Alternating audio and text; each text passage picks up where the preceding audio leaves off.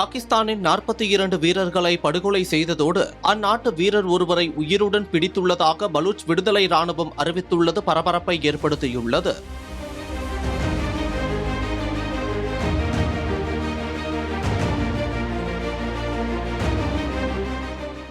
தனிநாடு கோரி போராடும் இயக்கங்கள் பாகிஸ்தானின் மிகப்பெரிய மாகாணமான பலூச்சிஸ்தானில் தொடர்ந்து செயல்பட்டு வருகின்றன.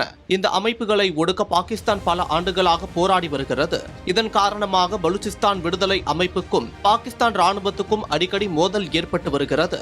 இந்த இயக்கங்களுக்கு இந்தியா உதவி வருவதாக பாகிஸ்தான் தொடர்ந்து குற்றம் சாட்டி வருகிறது. கடந்த ஆண்டு பல்வேறு கோரிக்கைகளை முன்வைத்து பலூச் விடுதலை அமைப்புகள் பயணிகள் ரயிலை கடத்தியது உலக அளவில் கவனம் ஈர்த்தது. இந்த சூழலில் கடந்த 2 மாதமாக பாகிஸ்தான் ராணுவ தளங்களை குறிவைத்து பலூச் விடுதலை ராணுவத்தினர் பல்வேறு தாக்குதல்களை நடத்தி வருகின்றனர். குறிப்பாக கடந்த மார்ச் மாதத்தில் பலூச் விடுதலை அமைப்பினர் ஒரே நேரத்தில் 12 இடங்களில் நடத்திய தாக்குதலில் பாகிஸ்தான் ராணுவம் நிலை குலைத்தது. இந்த நிலையில் நாங்கள் நடத்திய தாக்குதலில் 42 பாகிஸ்தான் ராணுவ வீரர்களை கொல்லப்பட்டதோடு ஒரு ராணுவ வீரர் உயிரோடு பிடிபட்டதாகவும் பலூச் விடுதலை ராணுவம் கூறியுள்ளது.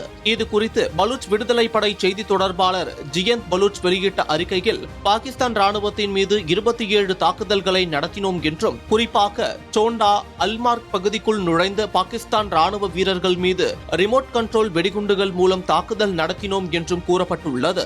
அதோடு இந்த தாக்குதல்களில் பாகிஸ்தானின் 42 ராணுவ வீரர்கள் கொல்லப்பட்டனர் என்றும், ஒரு பாகிஸ்தான் வீரரை உயிருடன் பிடித்தோம், ஏராளமான பாகிஸ்தான் ராணுவ நிலைகளை கைப்பற்றியுள்ளோம் என்றும் அதில் கூறப்பட்டுள்ளது. ஆனால் இந்த தகவலை பாகிஸ்தான் ராணுவம் தற்போது வரை உறுதிப்படுத்தவில்லை என்பது குறிப்பிடத்தக்கது.